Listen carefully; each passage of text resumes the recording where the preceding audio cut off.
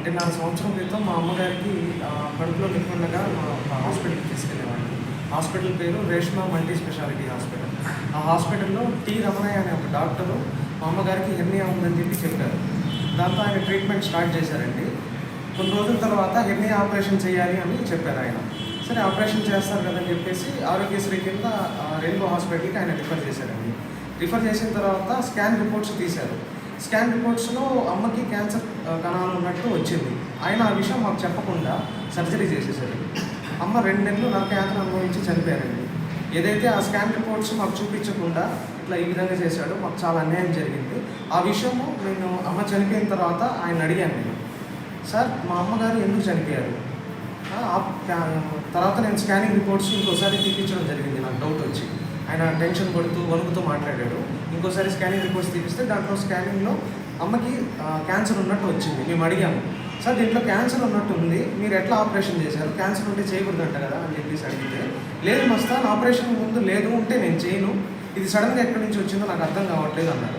నేను అడిగాను, సరే సార్ మీరు సర్జరీకి ముందు ఏదైతే ఆ స్కాన్ రిపోర్ట్ ఉందో నాకు ఇవ్వండి, అది చూసి దాంట్లో మీరు చెప్పినట్టే క్యాన్సర్ లేకపోతే మేము సైలెంట్ అయిపోతాం సార్ అంటే, ఆయన లేదండి మా దగ్గర రిపోర్ట్ లేదు, విజయవాడకి పంపించేసాము, మా దగ్గర ఎందుకు ఉంటుంది, ఆరోగ్యశ్రీ వాళ్ళకి పంపించేసాము.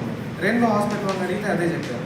కానీ మాకు డౌట్ వచ్చి ఎక్కడైతే స్కాన్ రిపోర్ట్ తీసారో అక్కడికి వెళ్ళి ఆ స్కాన్ రిపోర్ట్ అనేది తీసుకొచ్చామండి. దాంట్లో చూస్తే సర్జరీకి ముందు క్యాన్సర్ ఉంది. ఇంకా దాంతో మేము సంబంధిత అధికారులను కలిసామండి, పోలీస్ డిపార్ట్మెంట్కి కలిసాము, కలెక్టర్ ఆఫీస్కి వెళ్ళాము. 1.5 సంవత్సరం తిరిగినా కూడా ఎవరు న్యాయం చేయలేదండి. ఏపీ మెడికల్ కౌన్సిల్ వాళ్ళని అప్రోచ్ చేశాము. వాళ్ళు ఎంక్వైరీ పెట్టి ఒక కమిటీని పెట్టి డాక్టర్స్తో వాళ్ళు తెలిసింది ఏంటంటే, ఈ డాక్టర్ క్యాన్సర్ ఉండగా ఇలా చేసాడు, ఇలా చేయకూడదని చెప్పి అతన్ని సస్పెండ్ చేశారండి 3 months. ఆ 3 months సస్పెన్షన్ అనేది చాలా తక్కువ అండి, మాకు అది న్యాయమే కాదు అసలు.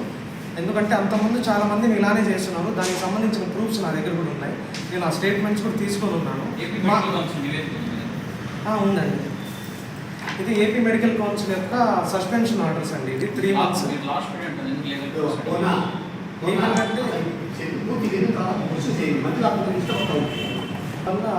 సస్పెన్షన్ ఆర్డర్స్ అండి.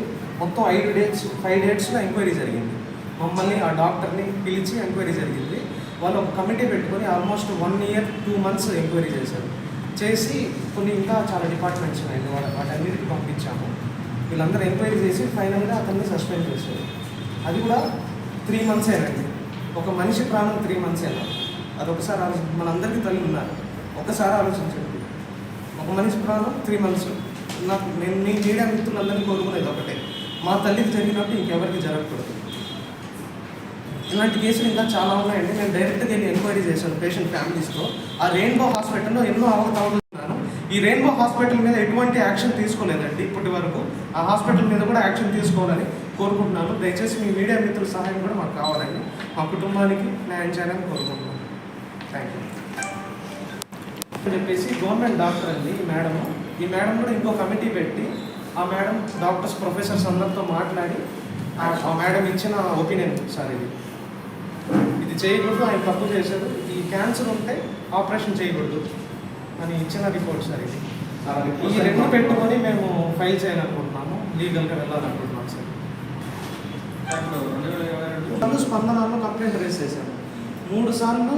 1 town ఇది చెప్పొచ్చు కదా మరి, 1 town సిఐ గారు సెటిల్మెంట్కి పిలిచారు, కానీ ఏ రోజు కూడా ఆయన న్యాయం చేస్తారని చెప్పలేదు, ఎఫ్ఐఆర్ కూడా ఫైల్ చేయలేదు. ఎంతసేపటికి సెటిల్మెంట్ చేస్తాం, డబ్బులు ఇప్పిస్తాం, ఇది న్యాయం జరగదు అన్నట్టుగానే చెప్పారు సార్. చంపేస్తాను సార్.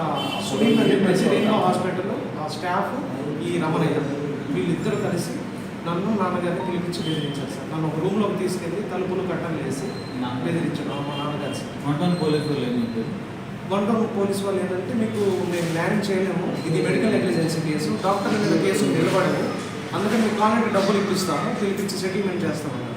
మేము ఎంత చెప్పినా కూడా, సార్ మాకు ఎఫ్ఐఆర్ఏ కావాలి, మా అమ్మకి జరిగినట్టు ఇంకెవరికి జరగకూడదు, నాకు ఎటువంటి డబ్బు వద్దు, నేను చదువుకున్నవాడిని, నేను లా విద్యార్థిని, నేను 10 మందికి న్యాయం చేయాలనుకుంటున్నాను, నాకు డబ్బు అవసరం లేదు అని చెప్పేసి చెప్పాను. 8.5 లక్షలు సార్ నేను మా అమ్మగారి మీద పెట్టాను, అయినా కూడా మా అమ్మని బతికించగలిగాను సార్. ఎవరు చెప్పారు స్టేషన్? ఎవరు చెప్పారు? ఎస్ఐ చెప్పారు?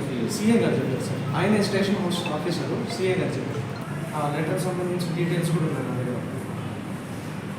ఈవెన్ డిఎస్పీ గారికి, అలాగే 1 town సిఐ గారికి వాళ్ళకి పెట్టిన రిజిస్టర్ పోస్ట్ అక్నాలజ్మెంట్ దానికి సంబంధించిన పోస్టర్ రిసిప్షన్ ఇవి పెట్టుకొని నేను లీగల్గా ప్రొసీడ్ అవ్వాలని. ప్రస్తుతానికైతే మెడికల్ కౌన్సిల్ 3 months సస్పెండ్ చేశాడు. పర్మనెంట్గా సస్పెండ్ చేయాలని ఇంకా ఏ తల్లికి జరగదు. అదొక క్రైమ్. చాలా ఇష్యూస్ జరుగుతున్నాయండి. నేను సిటీసీఐడి వాళ్ళని కోరుకునేది ఏంటంటే అక్కడ సమగ్ర విచారణ జరిపి ఏదైతే ఉన్నాయో ఎంతమంది ఆయన దగ్గర ఆ రెయిన్బో హాస్పిటల్లో ఈ టీ రమణయ్య అనే వీళ్ళిద్దరి దగ్గర ట్రీట్మెంట్ తీసుకున్న పేషెంట్స్ ఎంతమంది బతుకున్నారు, ఎంతమంది చనిపోయారో లిస్ట్ తీస్తే మీకే తెలుస్తుందండి. ఈ 3 months సస్పెన్షన్ అనేది మాకు అసలు న్యాయమే కాదు. అతని